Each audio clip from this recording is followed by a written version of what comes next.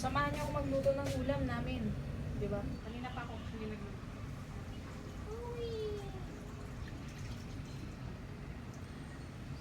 So, here is the best part na medyo nakakakaba. Actually, ayaw ko itong gawin. Kasi tapos ito pa nagawa. You see the flame? Show you the flame. Pero flame sana. You see that? Diba? Kailangan kasing ma-burn yung ano guys. Yung still has wine cup si po yan. Juice. Or so wine yun be. Ayan. So nawala na. Kaya natin ulit. Kapila naman. Kaya natin kung meron pa. There. Show you nga.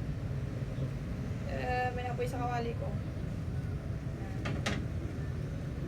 Kasi gumagawa ko ng hindi ko alam kung ano to. Chasu. Basta.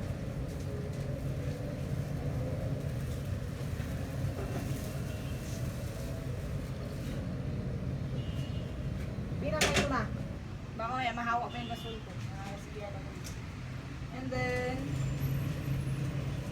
I added sugar. And then, after ng sugar, actually ma-process to be. Ano bang 90 minutes kung pinakuluan to. This one, the pork belly. Ganyan lang kaliit, 2 oras. And then, we're gonna put soy sauce. Yes. Soy sauce.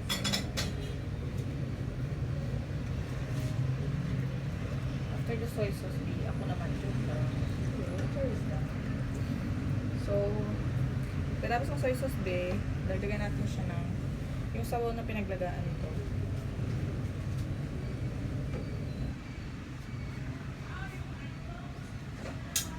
Salain natin. Aray.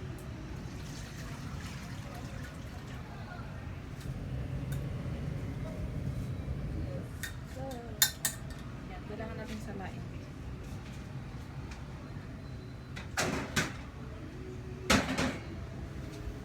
And then, after nyan, haluin. Paikot-ikutin sa kawali ang sabaw.